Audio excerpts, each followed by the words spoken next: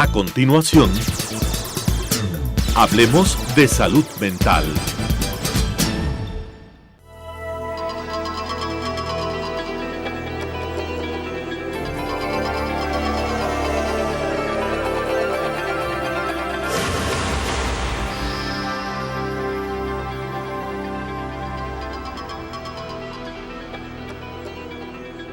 Señoras y señores, muy buenos días. Bienvenidos a que hablemos de salud mental.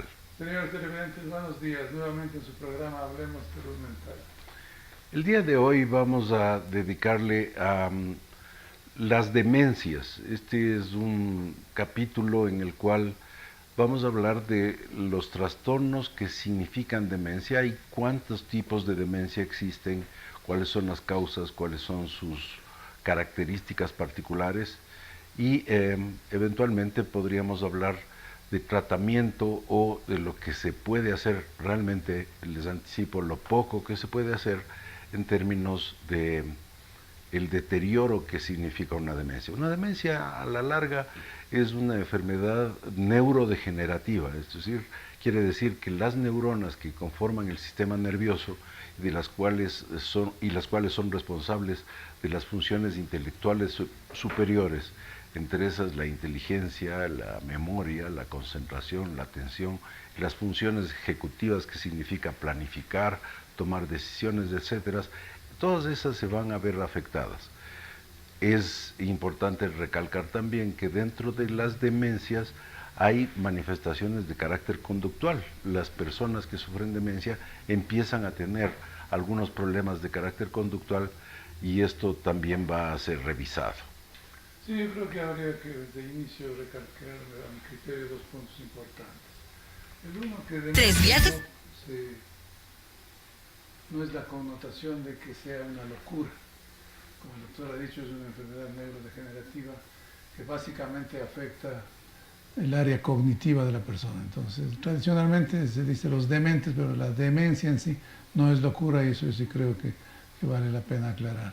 Y lo otro, pues que cada vez va cobrando más importancia este capítulo quizás en relación con los aumentos de la expectativa de vida de las personas, entonces es algo que siempre estará en el interés de quienes hacemos salud mental. Esto de que has señalado de que no es locura, es especialmente porque en las noticias aparecen, por ejemplo, de alguien que probablemente tuvo un episodio psicótico grave y causó alguna conmoción en un sector, lo que sea, aparece un demente, provocó tal y cual cosas, ¿no? No, y era clásico, ¿no? Entonces en la psicopatología clásica se hablaba de demente igualmente, entonces, de hecho hay una enfermedad de esquizofrenia que se llamaba demencia precoz. Exacto. Entonces yo creo que eso sí es importante aclarar, que las personas que tienen cuadros demenciales no es que están locos precisamente. Y el término de demencia precoz que fue acuñado por Emil Kraepelin era justamente porque los pacientes psiquiátricos con esquizofrenia dentro de las instituciones pues, hospitalarias o manicomios iban deteriorándose cognitivamente. Entonces se presentaba síntomas como de demencia muy temprano y de ahí creo que viene el término de demencia precoz porque la degeneración del funcionamiento intelectual de estas personas estaba ligado un poco a la enfermedad y un poco al estar aislados. Al aislamiento, a la hospitalización, a la enfermedad, porque en ese tiempo, estamos hablando de 1911, 1900, no había nada que hacer en ese tipo de pacientes. Era un depósito, sabían cuándo entraban y nunca salían. Entonces yo creo que esas aclaraciones bien vale la pena, por estas connotaciones que en las noticias o que en las charlas coloquiales se habla, ¿no? Se habla de dementes, sinónimo de que están locas las personas. Bien, dentro de las demencias tendríamos que mencionar varias. Hay una demencia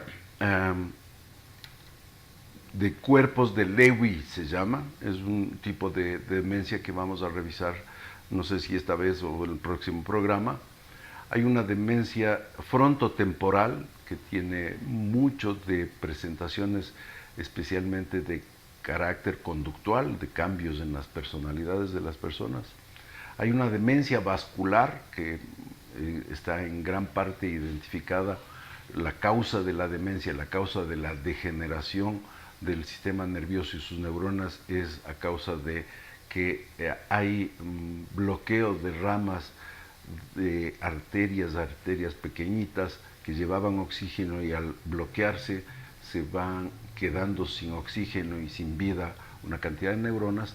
Y la más popular, digamos, la más frecuente de todas, que es el Alzheimer, que es un trastorno demencial caracterizado por cierto tipo de alteraciones neurodegenerativas, de las cuales hablaremos en el transcurso de este programa. Sí, al parecer el Alzheimer es la más popular, la más conocida, la que más se le menciona inclusive en cualquier conversación de legos en el asunto.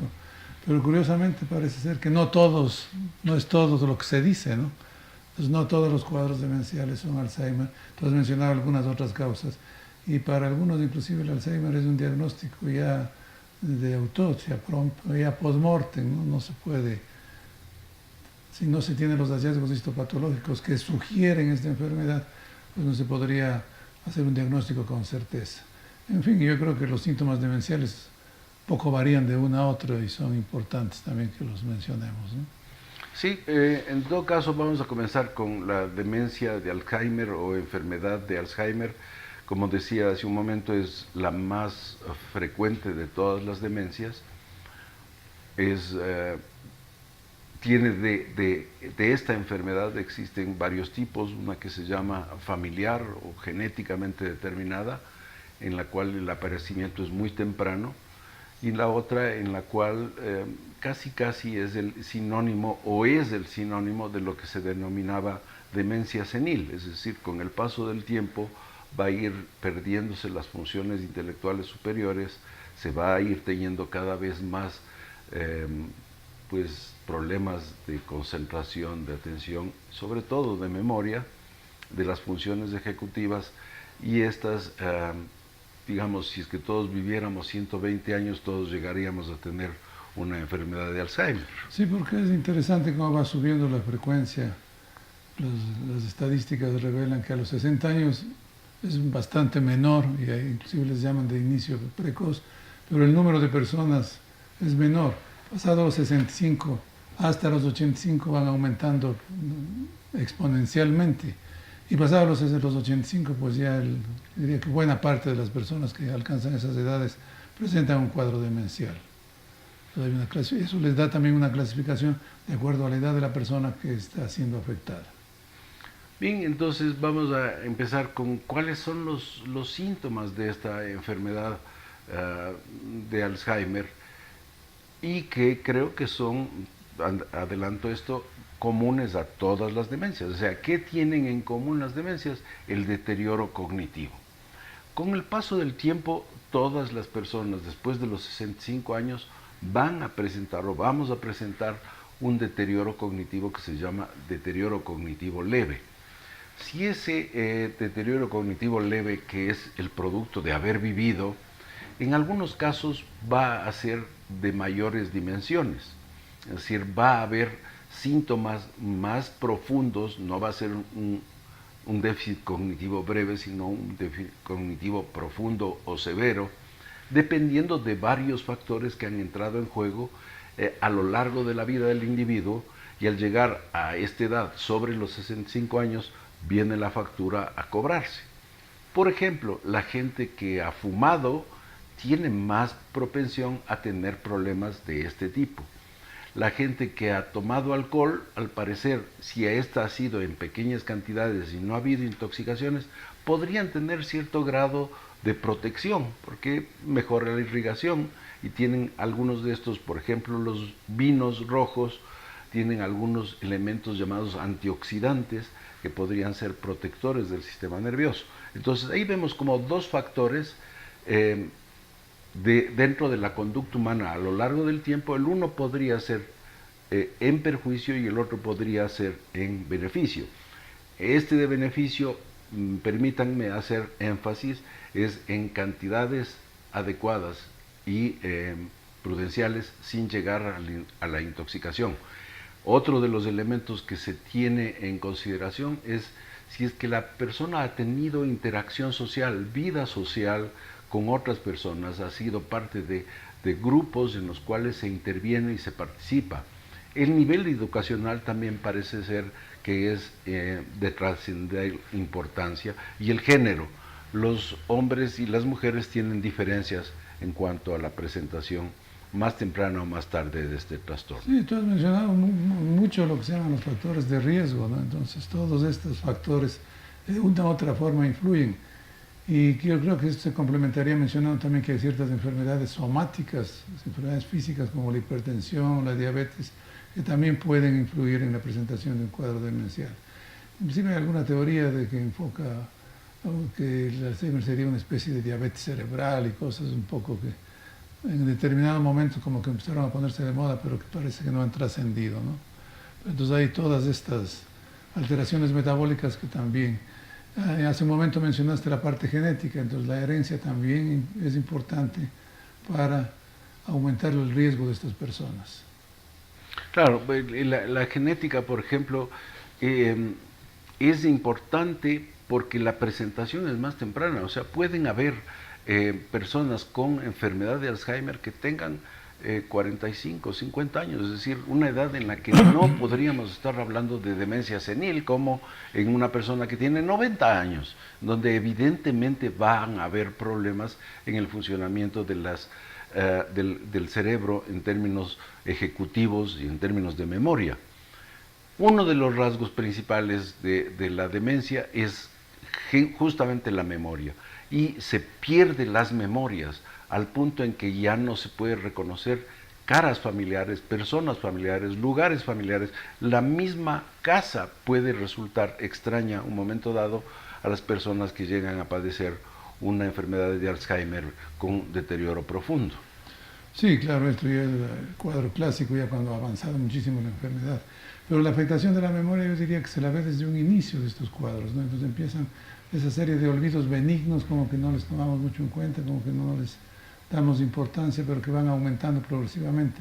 Ese deterioro cognitivo leve que tú mencionabas está dado justamente por estas dificultades en atención, en concentración, en memoria, que paulatinamente se van haciendo más profundos. Entonces, para llegar claro, a cuadros bastante más severos de acuerdo a la evolución, de acuerdo a la edad, en los cuales puede no reconocer, y de hecho se da el que no reconocen ni a sus familiares más cercanos. Bien, nos vamos a unos anuncios, regresamos con ustedes en un minuto. I'm Chinese. I am Russian. I am East African. I'm Canadian. I am Filipina. I am Irish. I am Bulgarian. Korean. I am American. I am Brazilian. Italian. Mexican. I'm British. Swedish. French. I'm Israeli. Mongolian. I'm South African. Japanese. We are mankind.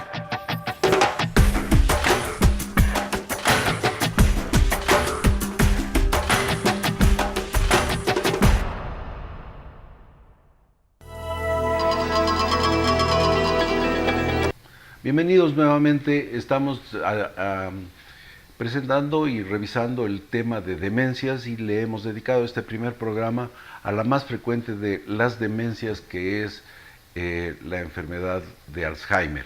Esta enfermedad tiene el nombre del individuo que la descubrió, el señor Alois Alzheimer.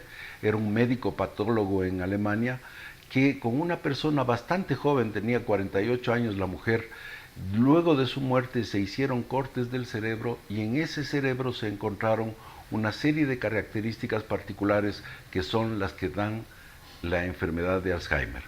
Estas características fisiopatológicas o histológicas, es decir, las neuronas presentan formas anormales y englobamientos de sustancias anormales que permiten que o no permiten que la neurona siga funcionando, y de ahí se tomó el nombre de enfermedad de Alzheimer por este médico alemán, que fue el primero en describirla. Sí, estos hallazgos fueron realmente pioneros en este campo, pues al parecer, y de lo que sabemos casi 100 años después, pues sí, se corta la comunicación, al parecer no hay una comunicación adecuada entre los diferentes grupos neuronales, entre las diferentes zonas cerebrales, por esta degeneración, por este conjunto de alteraciones histopatológicas que, como decía hace un momento, solo se las ve ya cuando es el estudio post-mortem, ¿no? Entonces eso al parecer es lo que origina los síntomas clínicos que vemos, o sea, toda esa pérdida cognitiva, esa alteración en memoria, en atención, en concentración, es la que hace característica de la enfermedad. De ahí que yo creo que el Alzheimer o las demencias, en buena parte de ellas, son un diagnóstico bastante clínico, porque una confirmación así no la tenemos si no hacemos un estudio histopatológico. Evidentemente que hay una serie de pruebas, hay una serie de exámenes que nos ayudan a enfocar en sí la severidad de la enfermedad, más bien diría yo, pero no en sí un diagnóstico certero. No hay una comprobación diagnóstica a través de exámenes ni de pruebas no clínicas. Y esto sobre todo porque las demencias son de presentación muy parecida en términos clínicos. Es decir, desde el punto de vista clínica no hay una marcada diferencia entre una enfermedad degenerativa tipo demencia vascular versus Alzheimer. Y la distinción exacta es a nivel de hacer cortes de ese cerebro una vez que la persona ha fallecido y ver si es que tenían estas características que vamos a mencionar propias del Alzheimer. Ahora, una de las formas en que nos ayudan en este momento y se realizan actualmente es una tomografía o una resonancia magnética del sistema nervioso, del cerebro, y nos van a permitir distinguir entre vascular y la demencia de Alzheimer, precisamente porque en la vascular vamos a ver que han habido microinfartos cerebrales repartidos por todo el cerebro y zonas de pérdida de irrigación sanguínea. Entonces sabemos que la fuente de la demencia viene de que los vasos sanguíneos no han podido transportar oxígeno hacia las neuronas. En las otras, en cambio, a nivel de histopatológico, es decir, en el microscopio, lo que vamos a ver son depósitos de una sustancia que se llama amiloide. Este amiloide engloba a neuronas y no las deja funcionar.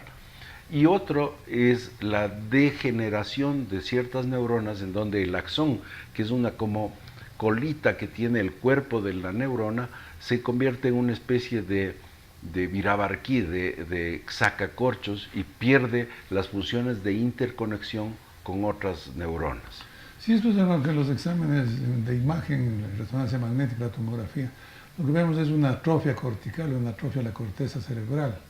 Entonces eso nos estaría explicando buena parte de los síntomas, dependiendo de la zona cerebral en donde esté mayormente atrofiada la corteza y también la subcorteza. Entonces eso ya nos da una cierta orientación. Ahora, sin embargo, hay cosas que a veces uno podría ponerse a pensar y dice, a veces como que no encajan. Recientemente vi un artículo en el cual ahora ya se afirma con bastante mayor solvencia que la neurogénesis, es decir, la creación de nuevas, la proliferación de nuevas neuronas se mantiene. Antes pensábamos que no se multiplicaban, que teníamos un límite en el cual ya no aumentaban nuestras neuronas, ahora se dice que sí aumentan, lo cual estaría, pues, ¿por qué en estas zonas cerebrales hay atrofia? O sea, que ahí no ha habido una reposición de neuronas.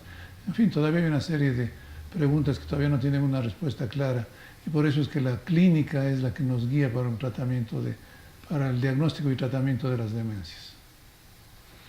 Ahora, en esto que tú dices de que se regeneran neuronas, sí es cierto, pero no es a nivel de sustancia gris, sino a nivel de las neuronas que transmiten la movilidad. Por ejemplo, no sé si recordarán ustedes este actor que se dedicaba a ser de Superman, no me acuerdo cómo se llamaba el actor.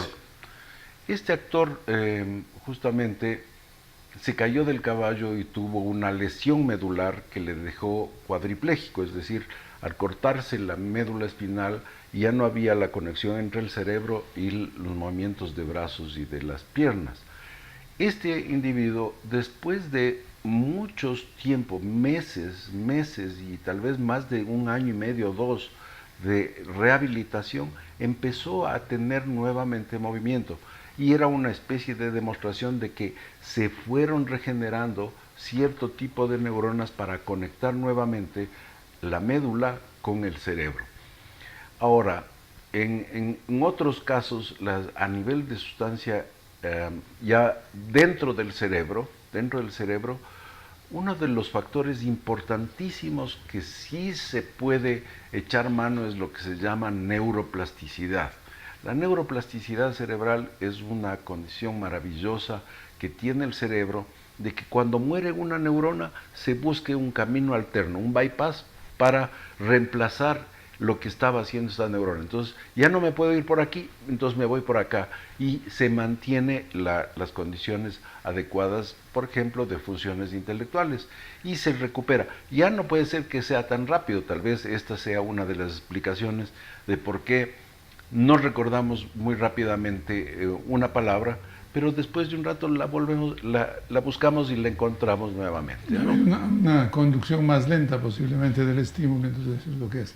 Sí, de todas maneras, como decía hace un momento, todavía hay mucho que investigar y mucho que ver, porque tenemos la neuroplasticidad, sí, tenemos las nuevas conexiones que se crean, sí, pero todavía tenemos estas zonas de atrofia, sustancia gris, sustancia blanca, que irremediablemente nos llevan al deterioro cognitivo severo paulatinamente, ¿no? Claro, esto que tú decías de la atrofia cortical, poniéndolo gráficamente, es como si naciéramos con una corteza cerebral de este tamaño. Gruesa. Esta a lo largo del tiempo va a ir reduciéndose de tamaño. Entonces a los 65 años tal vez tengamos la mitad de lo que teníamos cuando recién nacimos, 100.000 millones de neuronas que después tienen que podarse, etcétera, etcétera, y se van a ir muriendo como todas las células de nuestro organismo. Todas las células de nuestro organismo también van a ir muriéndose, las del riñón, las del hígado, etcétera, etcétera. En algunas personas esta reducción va a ser más rápida, en otras personas va a ser más lenta, y eso depende de lo que se mencionaba como factores de riesgo. Entonces, en algunas personas esta rápida es tan rápida y tan temprana, y en esas justamente es en la que se ha identificado un factor genético para el desarrollo de esta atrofia cortical tan rápida y tan temprana. Sí, al parecer sería un factor de riesgo importante que el padre o la madre hayan tenido esta misma enfermedad, más aún si han tenido los dos, ¿no? Entonces eso sí llevaría genéticamente a que la persona tempranamente, son los casos de demencia temprana que se mencionan alrededor de los 60 años. Tú mencionabas un paciente de 45 años, es posible también que eso suceda. Entonces todo depende de la transmisión genética, de la fuerza de ese gen dañado, diríamos, de ese gen que transmite la enfermedad. Ahora, como dato curioso, en el momento actual estaríamos en condiciones de hacer estudios genéticos que determinen quién va a tener una demencia tipo Alzheimer tempranamente, y no se ha comercializado ni se utiliza este método porque lastimosamente hasta este momento no tenemos ninguna cosa que ofrecerles a las personas que tienen Alzheimer. No hay un medicamento que sea realmente curativo de esta entidad. Entonces, si es que no tenemos nada que ofrecerles, ¿para qué le damos a los 20 años la noticia de que a los 45, 50 o 60 esa persona va a tener demencia? Justamente eso te iba a mencionar. Éticamente no vale la pena. Es terrible, si ¿no? usted está condenado a tal edad va a tener demencia. Entonces, esa es una de las cosas que podríamos mencionar en cuanto al desarrollo, el avance. De esto todos los días hay avance en relación de esto. En muchísimas universidades y centros de neurociencias del mundo, toda la década anterior y el actual está dedicada al estudio de las enfermedades neurodegenerativas y en especial el Alzheimer. ¿Y por qué? Porque, ya lo dijo el doctor Gallegos al inicio del programa, con el incremento de la expectativa de vida, es decir, en los últimos 100 años hemos ido de expectativa de vida de 60 años a expectativa de vida de casi 90 años, entonces el número de gente que presenta Alzheimer en este momento es cada vez mayor, es una verdadera epidemia, y entonces hay que buscar algo que permita encontrar una solución o un bálsamo para este tipo de personas. Al menos que se atenúen los síntomas o que no progresen con tanta rapidez. Evidentemente lo ideal sería encontrar algo curativo, pero yo creo que eso todavía estamos a mucho tiempo de tenerlo y de disponer de tratamientos. Claro, la búsqueda es de algo que tempranamente pueda determinar el proceso. un proceso de evitar la neurodegeneración. Una vez que ya se ha instalado y ya no hay nada que hacer, pues o sea, son neuronas que lastimosamente no van a revivir. Bien, con esto terminamos el programa del día de hoy. Vamos a continuar porque tenemos cosas sobre Alzheimer y otras demencias que continuar hablando, y de esto lo haremos la próxima semana. Muchísimas gracias, les esperamos la próxima semana. Hasta la próxima semana, buenos días. Las opiniones vertidas en este espacio por la producción y dirección del programa son de exclusiva responsabilidad de sus autores y de quienes intervienen en ellos.